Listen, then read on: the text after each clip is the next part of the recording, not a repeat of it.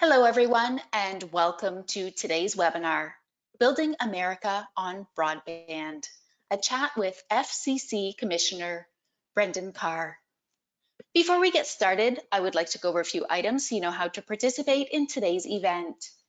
You have joined the presentation listening using your computer speaker system by default. If you would prefer to join over the telephone, just select phone call in the audio pane and the dial-in information will be displayed. All attendees are in listen-only mode. You will have the opportunity to submit text questions to today's presenters by typing your questions into the questions pane of the control panel. You may send in your questions at any time during the presentation, and we will collect these and address them during the Q&A session at the end of today's presentation. Today's webinar is being recorded and will be made available on the Internet Innovation Alliance website. I would now like to pass the presentation over to Bruce Mehlman, Co-Chairman of the Internet Innovation Alliance. Go ahead, Bruce. Thanks very much, Clara. Thanks for helping us alleged tech experts not fall on our faces in making this whole thing happen. Commissioner Carr, it is an honor to have you here and joining what has been a series of conversations, including your old pal, former Chairman Pai and Congresswoman McMorris Rogers, and we're hoping others in the future. Thank you. We appreciate the time. Oh, thank you so much. It's great to join you, Bruce. You've always got a very sharp take on all things telecom, so it's good to have a little discussion with you. Well, and where I really wanted to begin here is almost super high level, because my wife will tell you toxic positivity is a good phrase that describes me, but I'm a silver linings guy. And as I look at both where we've been and where we're going, I feel like one of the great success stories of 2020 and 2021 is the internet, and is the American way of putting it together and organizing it and innovating. And as a result, we were able to both have a whole lot of social distancing to help public health, but have a whole lot of economic activity go on. And it feels like the pace underlying it has sped up. And I'm interested, you sit in such a unique vantage point. Am I crazy, or is that really one of the true success stories? I would agree with you. You know, sitting where I am today, I remember, a year plus as lockdown and social distancing recommendations spread across the country. Millions of American families turned to the internet. They were sort of recreating their daily routines online. Now, a year plus, I think we've gotten annoyed by some of that. I think we've all had our fair share of Zoom calls. But the reality is, we saw about a 30% increase in traffic almost overnight. And in the abstract, that doesn't necessarily sound like a lot, but if you think about it, that's like taking basically 2 years worth of traffic growth that engineers weren't expecting to see on the network until 2 more years, and loading it onto the internet overnight.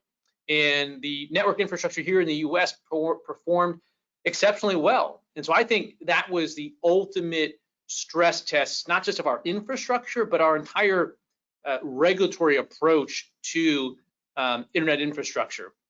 Because frankly, while we did really well, that wasn't the norm across the world. In fact, our friends in Europe, the EU officials asked streaming providers, including Netflix, to degrade the quality of their video service to take up less bandwidth, because they were afraid that the continent's networks were going to break. And of course, we didn't have that here. So I agree with you. It was the ultimate stress test.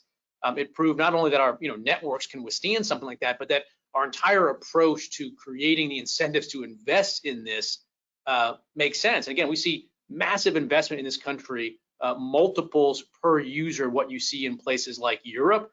And so I think when people look to sort of prices that people pay in Europe, I think there's this false story about prices being dramatically less there. I think there's been some recent studies that debunk that. But whatever you compare for the prices, you also need to look for what you get. And our networks really performed well. Well, I'm glad either I'm not crazy or that you're right there crazy with me. Within the realm of upside positives, a subsector and an area you've been a real leader is telehealth. That's something we've all always notionally known logically could be done, maybe should be done, and suddenly had to be done.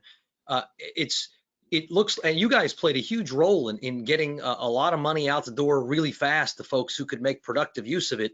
From your vantage point, what did you see that went right, and how do we keep it going so that this isn't just one of those what happened back when, but a, accelerating the futures?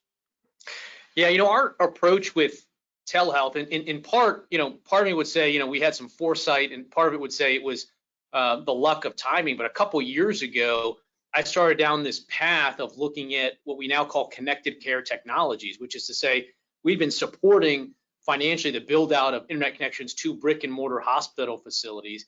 And we saw this new trend towards people getting care right where they are, right over your smartphone, right over connected devices. And so a couple years ago, we started the process of standing up rules to support that new trend. Well, lo and behold, the timing coincided of us being ready to stand that up at the same moment that COVID hit. So to your point, I think it was a matter of 2 or 3 days between Congress giving us the funding for this emergency COVID-19 telehealth program and us being able to use that regulatory vehicle to get that funding going right out the door. And it made an immediate impact. I was at the University of Michigan Hospital with Congresswoman Dingell a few months ago, and they said that their virtual video visits spiked from about 400 a month to over 30,000 a month because of COVID, and they met that uptick in demand from a technology perspective with investments made with FCC support. Just a week ago, I think it was a week ago, I was in South Dakota with Senator Thune and Congressman Johnson and Governor Nome, and I went to the Avera eCare facility there, and they explained to me that they had less than 20 telehealth visits a day before COVID, and that with COVID, that number jumped to over 1,300 a day. So a massive uptake in people getting care outside of the hospitals that coincided with the FCC providing support, including to Avera, to meet that demand. So that was either forward-looking vision by the FCC or luck or a little bit of both, but the combination of those came together at just the right time. Well, I think to your point on how the system both was architected and the regulatory regime, which explained why it was so resilient and so capable of scaling, also explains a little bit of what you guys had been doing, had prepared well, even if in a perfect world we'd have had 5 years of experience doing telehealth visits under our belts before we then needed it. So we're both, I think, correctly and fairly focusing on the overwhelming positive, but we also need to recognize not everybody has the internet or broadband, and not everybody can afford broadband. And so I'd love, in one at a time, to take the two questions. First, availability, and there are different numbers. Some would say 14 million, others have bigger numbers, but who don't have 25 down, 3 up, and therefore couldn't do the telehealth visits, for example. And I'm interested, as you think a lot about this. So there is what you guys can do, there is what Congress can do, there's what the private sector can do. Help us diagnose the availability question. We'll turn next to the affordability question, but the availability question, what do we do to, I'd love it if post 2000 pandemic, in this infrastructure effort, we actually close the digital divide. How do we do it? Yeah, so you're right. There's different numbers that are thrown out there for the scale and scope of the digital divide. I think the White House figures recently for Biden's broadband plan, I think they had the number 30 million, but to me that looked like that might have been from perhaps 2016 data, even from the FCC. It didn't strike me that was the most current, but all of this also tees up the need for us to get going on these broadband maps so we can truly understand the scope of the divide. I mean, to be clear, it is in the millions. There's no debate about that, but we got to nail that down, both the number and then specifically where each of those people are, so that we can properly target all of this funding that's getting out. And I put out the idea that we should get the maps done this fall. I know earlier this year it was said by FCC leadership that it won't be till next year. And then Senator Cantwell indicated that FCC leadership said it would be done by this July. So I think we got to clean that up and provide some clarity as to when we're going to land the mapping process. The good news is I think we've made a lot of progress over the last 3 or 4 years. Infrastructure builds have been accelerating. We had about 708 new cell sites go up in this country in 2016. with some infrastructure reforms we did, that number jumped to over 46,000 in 2019. We've seen more high-speed fiber get built out than ever before. So the numbers are certainly heading in the right direction in terms of closing this divide. So a big piece of this is to continue down the path that we've been on. But you're right, there's additional funding that Congress is looking at. And frankly, we have about 40 billion, I believe my last number crunching, if that's right, sitting in the pipeline at the FCC that we've either voted on to spend or budgeted that hasn't gone out the door yet. So first things first, let's get that 40 billion out the door. Let's figure out where we are in terms of mapping and otherwise, and then whatever additional funding we need that's targeted to get the job done, let's do it. So mapping is going to be a big piece of this. Maintaining our infrastructure reforms that have been just helping to create a boom in new builds. And then on the spectrum front, I put out a spectrum calendar to make sure that we stay on track. I mean, one of, I think, probably looking back at Chairman Pai's run at the FCC, just the amount of spectrum that we freed up, and frankly, the fights along the way that it took to get there. We've got to maintain the cadence that Pai hit with freeing up spectrum. And frankly, I'm a little worried. You know, we saw, I think, headlines today or yesterday that Democrats in Congress are raising alarms about our past decision on 5.9, which was this band used, use might be a bit too charitable, had been set aside for auto purposes for the last 20 plus years. And we made the right decision there to both reserve the spectrum that's going to be needed for auto safety and otherwise freeing up that spectrum for additional use. In fact, some of that spectrum was used to actually bridge the digital divide during COVID-19. So I think that is going to be the first real test of this FCC. Do we stick with the hard decision, the right decision, only hard in the sense that there was, political pressure on the other side on 5.9, or are we going to cave to political pressure? We can sign all the MOUs we want with federal users. We can work on our relationship with them all that we want. Obviously, we should always work on that stuff. But at the end of the day, those of us in leadership at the FCC are called upon to make hard decisions and stick by them. And I think it's important, in particular on 5.9, that we do exactly that. Well, it seems from what I read also, there's a big opportunity in the 12 gigahertz band too. Yeah, that's possible. I'm looking at 12 gigahertz. There's been, that's sort of still an active proceeding, sort of pretty active discussions between parties. My approach in 12 is I'd love to get a win-win. We've got this new generation of low Earth orbit satellites that are out there. We've got some advocates that are saying they believe they could get some additional 5G terrestrial in that band. I'm interested to see the engineering. If we can get a win-win and do all of it, then obviously that's what we should do. But I still want to take a look at that. All right, so we talk about availability, and obviously more broadband available matters. There's also an affordability question. This stuff's not free, can't be free. What are your thoughts on, there's a Lifeline program, it's been undersubscribed. I know you've done thinking and others have done thinking. What do we do to help those who need broadband but genuinely struggle to afford it? There's a couple of things we need to do here. I mean, one, again, the prices have been declining over the last couple of years. That's a good trend line. I don't know that alone is going to get us there, but there's been interest in Congress. Of course, we've got the $3.2 billion emergency broadband benefit plan, which is opening or did open this week. We've got the $7 billion to support students that are unconnected. So I think one thing that we need to do is, get those programs out the door, take stock of where we are and see what lessons we can learn, particularly when you compare to Lifeline. Was it that, the $10 discount and the service plans that were being offered pursuant to that, weren't attractive to consumers? Was it that there was too much, stickiness around red tape to get people into that program, while also obviously, making sure we don't have waste, fraud, and abuse? But I think some of the data that hopefully we'll gather through EBB and through what I call the E-rate order, the emergency connectivity program, will let us know what is the right path forward for, whether it's Lifeline or new Lifeline or something else that it is, serving the purpose that we all want it to, which is to make sure that low-income, vulnerable Americans get a fair shot at all of the economic and other activity that takes place on the internet.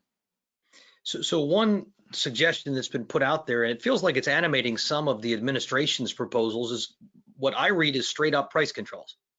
Here's how we'll make it affordable. We'll just tell people who supply it, they have to supply it at the cost we prescribe.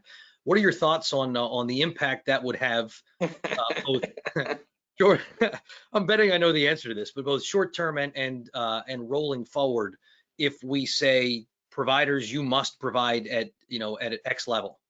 Yeah, we need billions and billions of dollars worth of private sector investment. I mean, we're talking about billions of dollars in federal investment, but it's only going to work when we pair that with billions and billions of dollars of private sector investment to keep these networks going so that people can get on it and to extend these networks to people that don't have it. There's no more surefire way to scatter those billions of private sector dollars than to start throwing around price controls, either sort of as a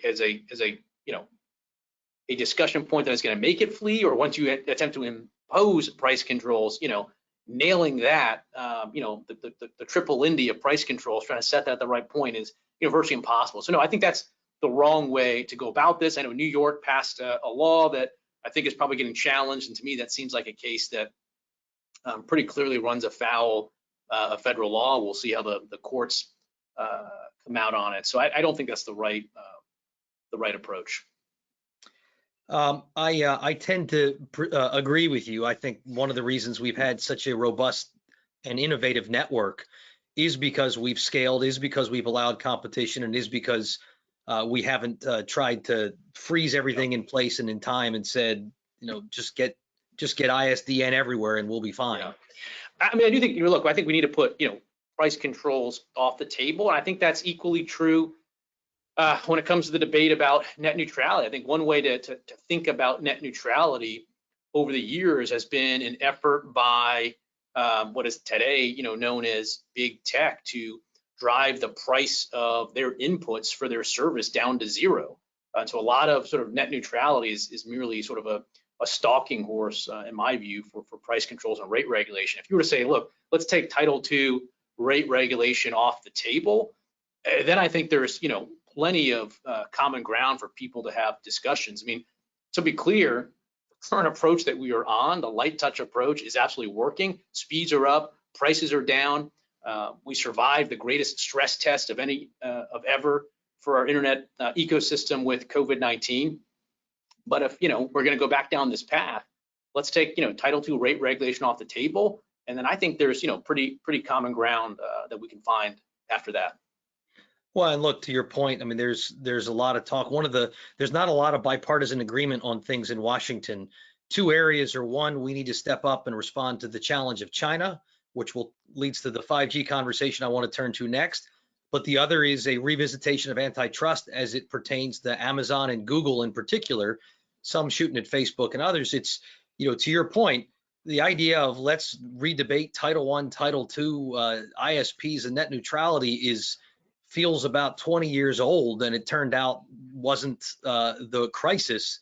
The questions about data dominance on the edge are what seem to animate policymakers, both Republicans and Democrats, all over the place.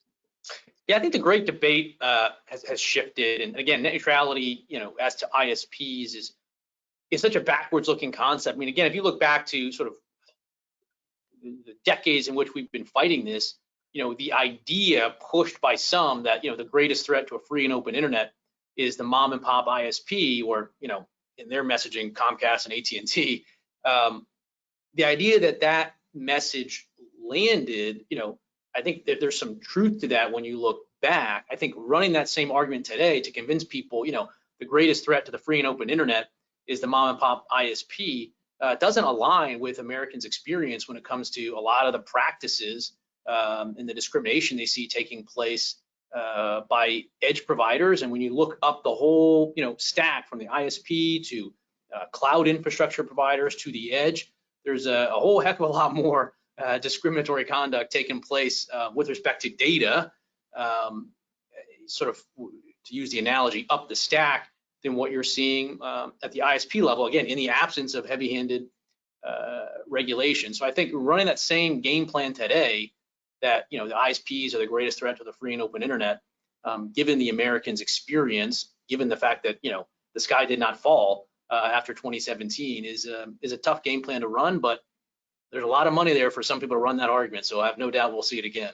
I think that's a really important point. Although mom and pop, I'd be interested to meet the mom and pops these days. That feels come with me. I spent a lot of time outside DC, and it is a lot of mom and pops, particularly on the WISP side. I was just again in South Dakota, and it's like you meet with these WISP, and it's like undoubtedly maybe not mom and pop, but brothers, a lot of small businesses that run it. I mean, we hear in DC a lot about Comcast, AT&T. I get it, but the vast majority of the rural parts of these countries are being connected today by by smaller entities through sometimes duct tape and baling wire techniques. So you talked about the future, and I'm with you. I'm interested in where things are going as much as where things have been. And when I think about 5G, the piece that these days gets me really excited is OpenRAN, something I know you've taken a look at, the opportunity to leverage America's software brilliance to get in front of Huawei and Ericsson and some of the hardware, more expensive, less secure alternatives. I'm interested in what you're seeing with respect to OpenRAN and 5G more broadly. Yeah, when I think of OpenRAN and sort of the unbundling of the radio access network, I've written about this before, but I'm reminded of sort of the 1990s when you had internet pioneer Mark Andreessen and Jim Barksdale. Ironically, for this story, obviously a former IBM executive, and they coined the now famous phrase that there's only two ways to make money in business: bundling and unbundling. And the two of them were definitely on the unbundling side. Obviously, if you know about their work on Netscape, but the idea that we're seeing right now mimics what we have seen before in this trend towards unbundling. And we see it probably most starkly in the PC market. The first Apple PCs were bundled the software and the hardware together in a way that ended up being sort of prohibitively expensive, and that's where Microsoft saw an opportunity to improve the customer experience through unbundling. So they made a standalone business out of the software side. They let others like IBM and Dell go after the hardware side. It was that unbundling that drove down the prices and improved the performance of the PC market. And really, that's the same dynamic at play right now. You've got single entity vendors that are vertically integrated in a market. And in fact, you'll have one carrier that'll be like an X provider market, and the next one over will be a Y provider market because they can't get the equipment to talk to each other right now. So ORAN is the idea that we'll get that same unbundling where the hardware becomes sort of less expensive and does less. The brains are at the software layer. So I think it's very promising. At the same time, I'm not gonna sit here from inside the Beltway and mandate that people do this. I want to give it a fair shot of succeeding, and then let the market and let the providers themselves decide exactly when and how to make this transition.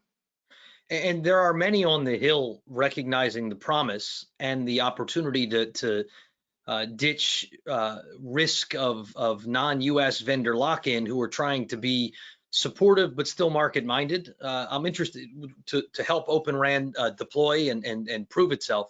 I'm interested in your thoughts as you think about 5G. What can Congress do? What can you guys at the Commission do? What should you do to help the United States lead in what is such a critical technology?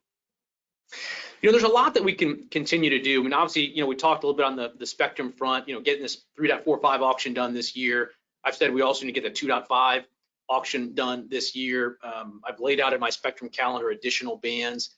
Again, on the infrastructure side, we just, we got to not have any backsliding. Republican leader McMorris Rodgers, she's got a great package of infrastructure bills that, if you want to talk about making it easier to build in this country, the package, I think 28 ideas that she has put together would be a great place to go in terms of getting that across the finish line. So I think those are some of the key steps we can take: spectrum, infrastructure. I've also talked a lot about the workforce front. I think maybe there's some room in these additional infrastructure bills to make sure we have the workforce in place. I've spent a lot of time with tower crews, and we need to add about 20,000 more tower climbers alone, maybe 100,000 more workers if you look at fiber splicing and all that to get this done. And I've been sort of working individually with community colleges to get that done. We've stood up a number so far, but I'm one person and making individual trips to community colleges, so I'll keep plucking them off. But I think we could use some more investment across the board in that skilled workforce. Well, thanks for the visits that you're making, but yeah, it's probably bigger than you alone there, Brendan. So Thanks for what you're doing. I got one more question for me, and I'm starting to get some questions from our Fourth Estate friends, and we definitely want to continue to hear from them. And from them. Well, looks like my internet connection is breaking up. We might not be able to get to them. So the last one I have, we talked about availability, we talked about affordability, and the third A is adoption. The fact that there are still 25% of U.S. adults 65 and over who just aren't going on, they say. I mean, some of that is uncurable. But what do you think we can do in terms of digital literacy, in terms of lifelong learning to get, or even just the value proposition? Although, again, from what we talked about before, if it's your health, your education, and your job, if that ain't getting you, and your entertainment, if that ain't getting you on, what can we do on the adoption side? It's interesting. One bright spot, I think, is on the telehealth side. So again, as everything shifted onto the internet for telehealth, there was a real concern, and I've talked to healthcare providers about this, that older populations would not, get the technology, would not be able to participate. And all the healthcare providers that I have visited over the last 6-7 months have told me to a person that they were really surprised at the uptake among older Americans of telehealth technologies, including using tablets and whatnot. And so maybe that is one aspect of a recent trend that we can build off of. I think we're also seeing the development of a lot of aging in place services, again, whether it's sort of, tablets or otherwise, that are sort of custom made to that population that could also be, an easy on-ramp. So I do think between some of the telehealth, some of the aging in place, we'll see, and I think people are, in part, those are examples of people pitching this market more directly. Obviously, there's sort of baseline functionalities of being online that everybody uses regardless of age. But I think seeing some of those telehealth, aging in place technologies, the intuitive nature of all of that, I think is going to help, further drive us in the right direction there. I think that's a good point. It reminds me of my favorite commercials on TV right now are those progressive, are you becoming your parents? That guy asking, like, was I hashtagging? Yep. All right, here's a question from our pal Howard Buskirk at ComDaily. Do you expect the FCC to redo the 4.9 gig rules approved last year, or is it still unclear what will happen? Well, I voted in favor of the FCC's 4.9 gigahertz decision last year. My position on that hasn't changed. I mean, the way I view 4.9 is, I think in the ideal world, we get somewhere similar to where we ended up with 2.5, which is sort of, eliminating, the limitation on entities that can hold those licenses and allow that spectrum to flow to a very important use, including public safety.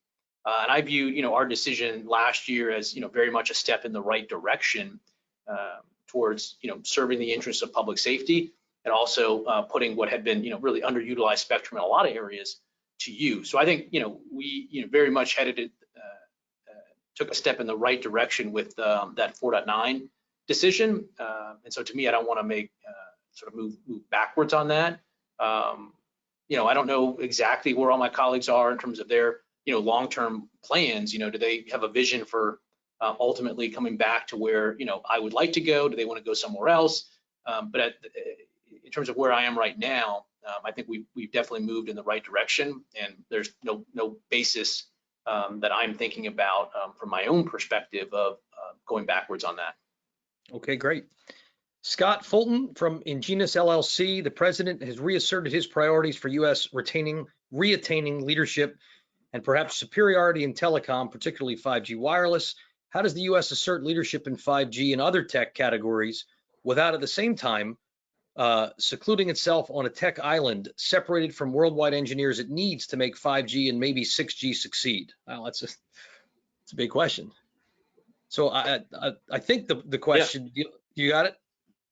I think so. I mean, there's a couple things in there. One, it sounded to me like the premise was that we needed to sort of reassert because we had, and obviously I would sort of quibble with that framing. I do think we were at risk of losing U.S. leadership in 5G, particularly not to be over politically about it, but I'll pick the dates, 2015 and 2016.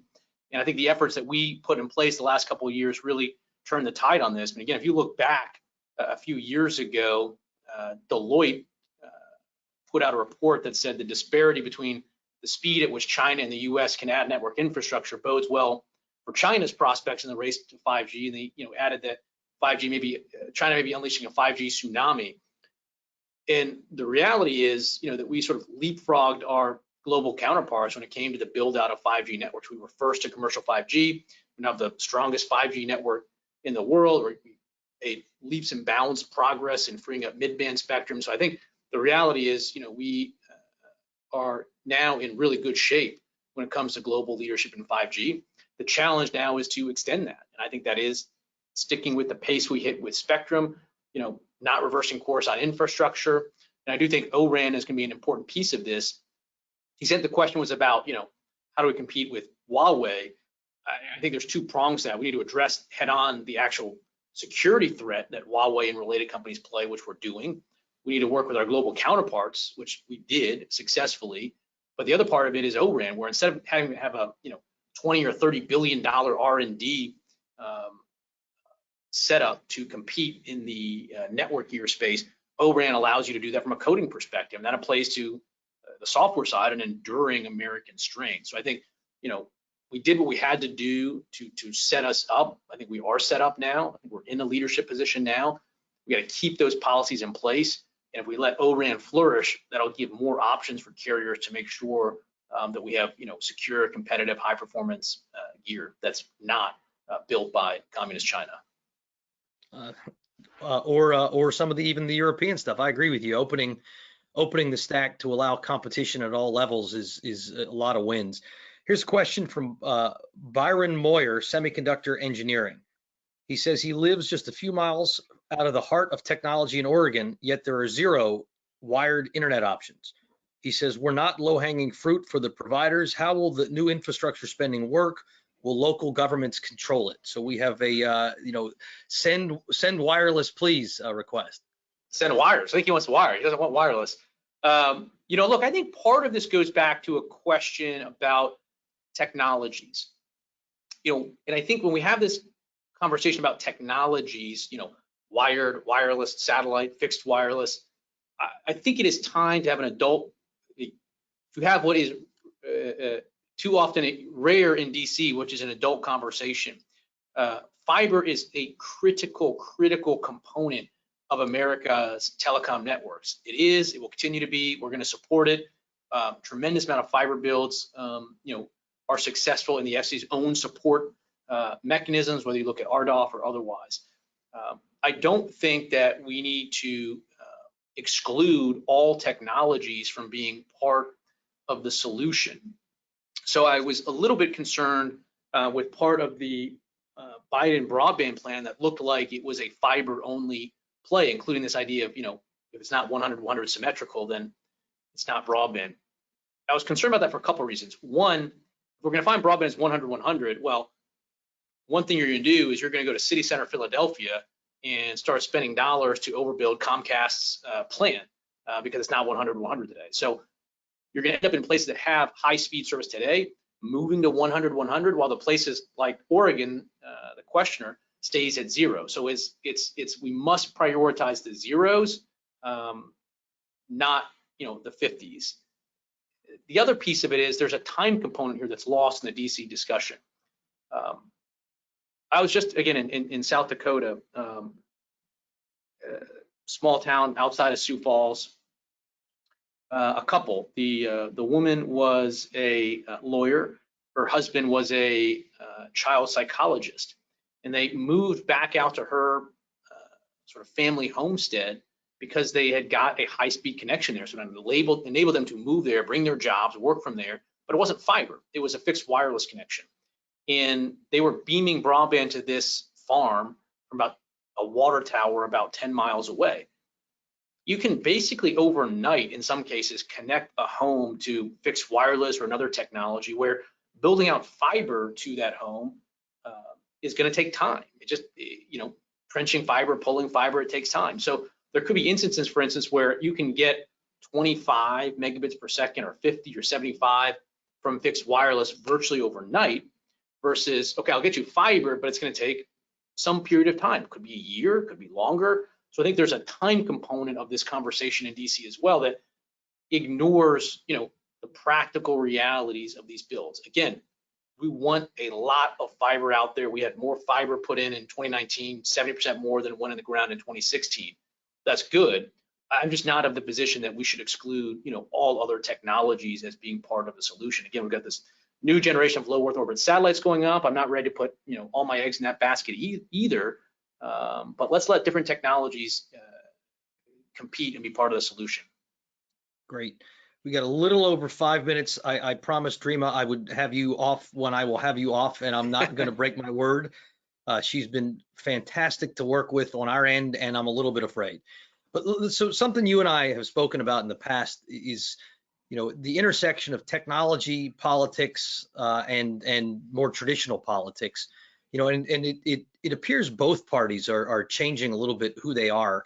And something I wonder about now is, Ronald Reagan famously vetoed the Fairness Doctrine, which would have required cable networks to make sure there was an even and balanced amount of, as sort of measured by some kind of partisan measure of all sides of issues. And I wonder, there are also some voices now who are talking about maybe platforms should be similarly required to make sure there is a balance, which seems opposite from Fairness Doctrine, but I know that's not how you see it. And I'm interested in your take on how the kind of the red-blue politics are intersecting with technology policy right now. Yeah, I certainly don't see it obviously as a Fairness Doctrine issue. I mean, I have been pretty outspoken on Section 230 in particular, and the way I see Section 230, there's sort of two fundamental sort of reforms there, which in my view, and I know not everyone agrees with me, people tweet at me that they don't, so I get it.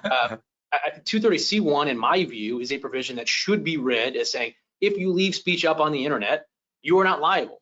I like that. We need to keep that. That promotes people, allowing speech to say up. In my view, Section C2 should be read, everyone agrees with me, as applying to decisions to remove content. And once you read it that way, then I think the next step is you have to define the terms with which you get to remove content and have the protections of Section 230.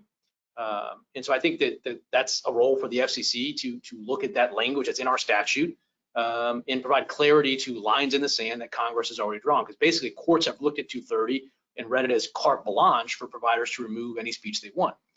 Again, I think that's different than mandating carriage. This is about, if you want to take speech down and not carry it pursuant to your First Amendment right, then everything I'm saying is not impinging on that First Amendment right. All I am saying here is we should be limiting the ability to take speech down, not just with the First Amendment, but also with, again, I use phrases people don't like, but these bonus protections of Section 230. So I think if we do all that, the upshot is going to be more speech, not less, without impinging on the First Amendment.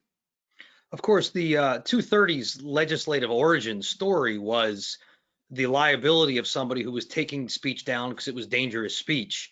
And so when it was born, and the idea was that platforms or bulletin boards ought to have freedom from liability to be able to make sure that dangerous things don't stay up, so that you have some due process of something that really doesn't belong up, that's dangerous, or that's I would say you and I'd probably agree is not in the public interest, but folks who don't want to have to litigate it.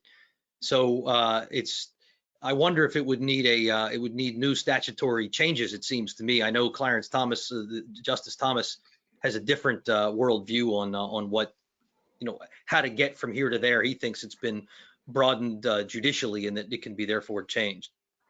Yeah, I mean, look, I think Justice Thomas threw out a couple ideas, including invoking the concepts of public accommodation law or common carriage law. And I think those are all sort of vehicles that you could invoke in efforts to impose some sorts of anti-discrimination requirements, which treating cases A like cases A, and not discriminating between cases A and B based on criteria that you haven't sort of made clear that you're going to be discriminating on.